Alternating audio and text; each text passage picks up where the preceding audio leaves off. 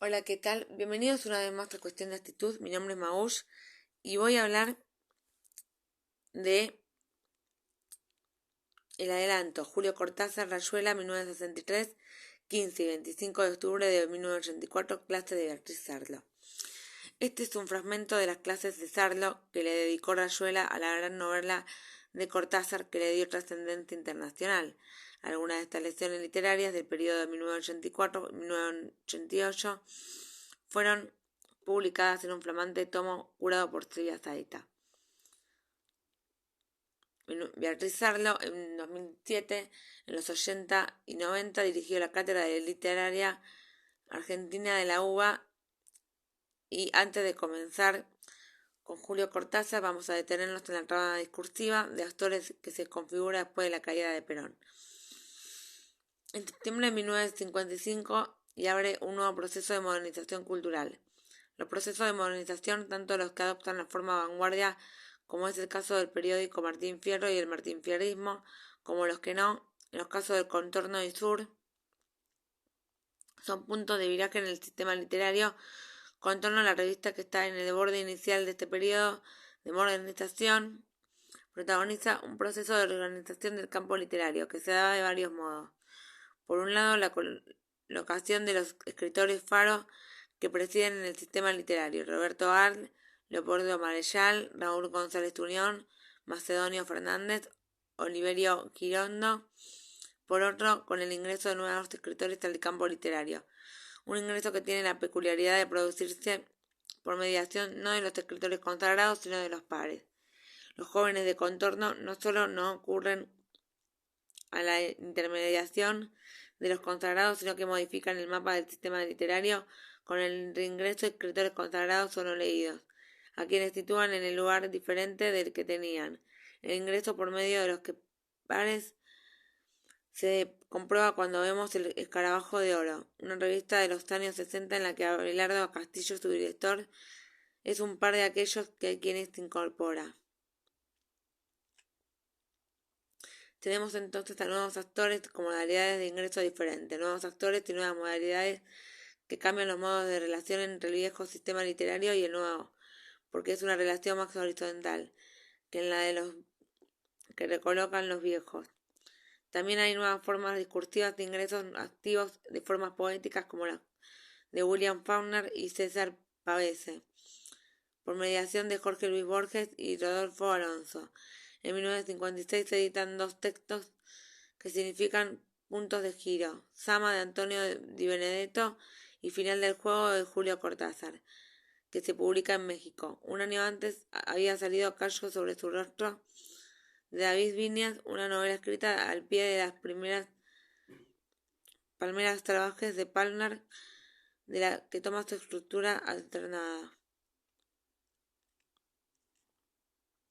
Este entramado, nuevos actores, nuevas formas discursivas, otras poéticas, supone nuevas relaciones entre el campo literario y el político, o para decirlo con palabras Bourdieu, entre el campo intelectual y el campo del poder. En el tumultuoso descongelamiento del peronismo se produce un nuevo tipo de relaciones con el campo de poder. Son los años de crisis de reformismo político. Por primera vez en Argentina, los partidos de izquierda reformistas son cuestionados de manera masiva desde el campo intelectual. Esta crisis del reformismo político establece un nuevo tipo de relación imaginaria entre la literatura y la revolución, incluso entre la vanguardia y la revolución, que es fundamental para Cortázar y el cortazarismo. Hay un acontecimiento histórico que funciona como mediador de este nuevo tipo de vínculo, que es la Revolución Cubana. Desde comienzos de los años 60 en Cuba se publica Casa de las Américas, una revista que tiene convicción que es posible la unión entre vanguardia política y vanguardia estética, una convicción que toma en cuenta la historia complicadísima de las vanguardias estéticas en relación con las vanguardias políticas en el siglo XX. La Cuba de los años 60 funciona como mediación para los que escritores puedan fantasear una vez más con la idea de vanguardia política y vanguardia estética.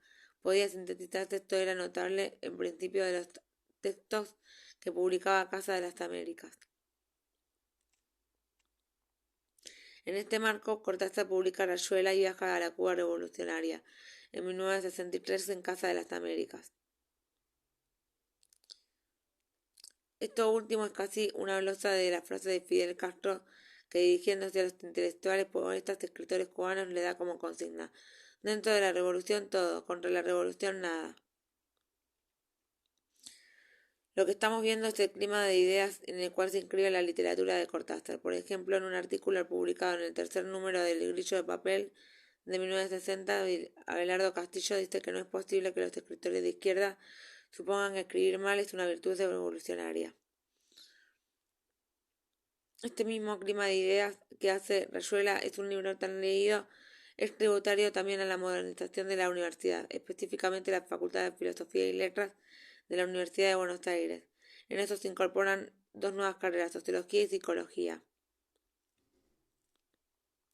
Eliseo Verón traduce la antropología estructural de Claude Lévi-Strauss. La revista estudiantil Cuestiones de Filosofía presenta al público universitario Henri Martinet en 1962. Estamos hablando de estructuralismo lingüístico y antropológico, que tiene una enorme proyección por fuera de la universidad. La carrera de psicología pasa a ser ecléctica y determina la entrada del psicoanálisis en la sociedad argentina.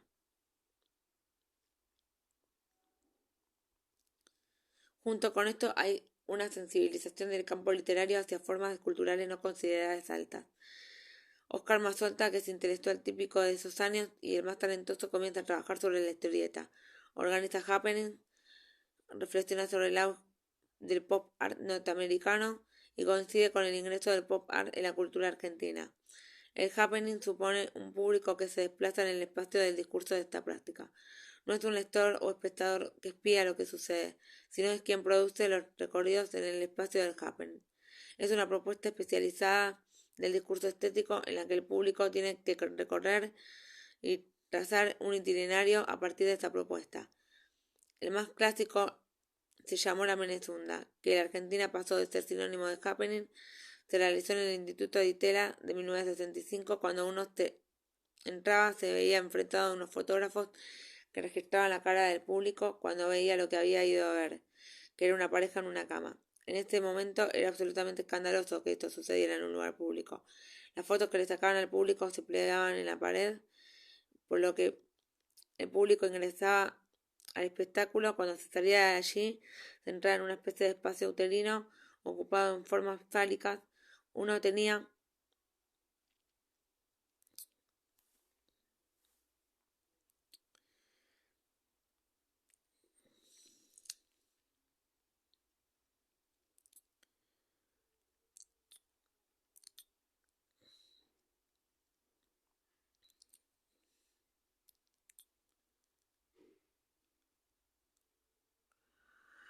Bueno, en este itinerario, en la Facultad de la Filosofía y Letras, en el Instituto de Itela, en el Teatro de los Independientes, actuó el Pairo. Al Instituto de Arte Moderno representaban Samuel Baquet y los espacios donde se exponían los informalistas. En la proyección topología urbana de los movimientos del lector de la Rayuela. Quien podía desplazarse por ese itinerario urbano era el lector de la novela.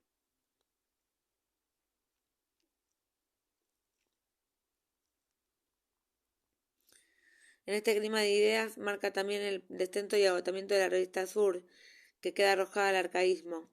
En la encuesta de la crítica literaria que realiza Adolfo Prieto en 1963, Noé Hittrich, de manera casi visionaria, define el nuevo público, que yo creo que es el lector de Rayuela, diciendo: estas minorías formadas por estudiantes, diletantes e intelectuales problematizan cuando existe una crítica que las sacude y le muestra los problemas que no habían advertido. La actitud simple y pasiva frente al libro no les gusta. Rayuela ofrece una doble propuesta: nueva moral y nueva literatura.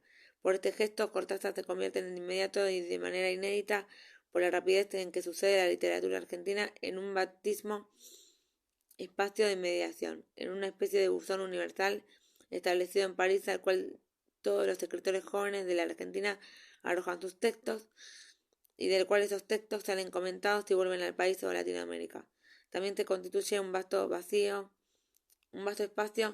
de mediación, porque proporciona una enciclopedia que es nueva. Al lector de Rayuela no le va a pasar este episodio dramático que viven Sarmiento, Roberto Art o Victoria Campo, que no saben qué libros leer porque la novela propone un programa de lecturas en todos los capítulos que Cortázar llama imprescindibles, porque son en realidad de los imprescindibles, que se proporciona una especie de programa de actualización literaria. Si el lector cumple con este programa, se constituye un lector moderno.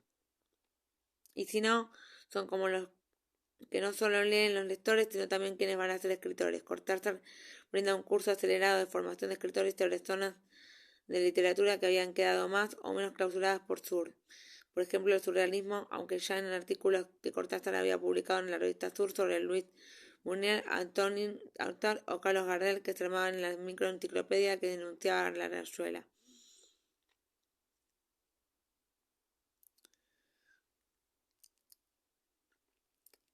Bueno, esto ha sido todo por hoy en cuestión de actitud y nos vemos en el próximo capítulo. Un beso.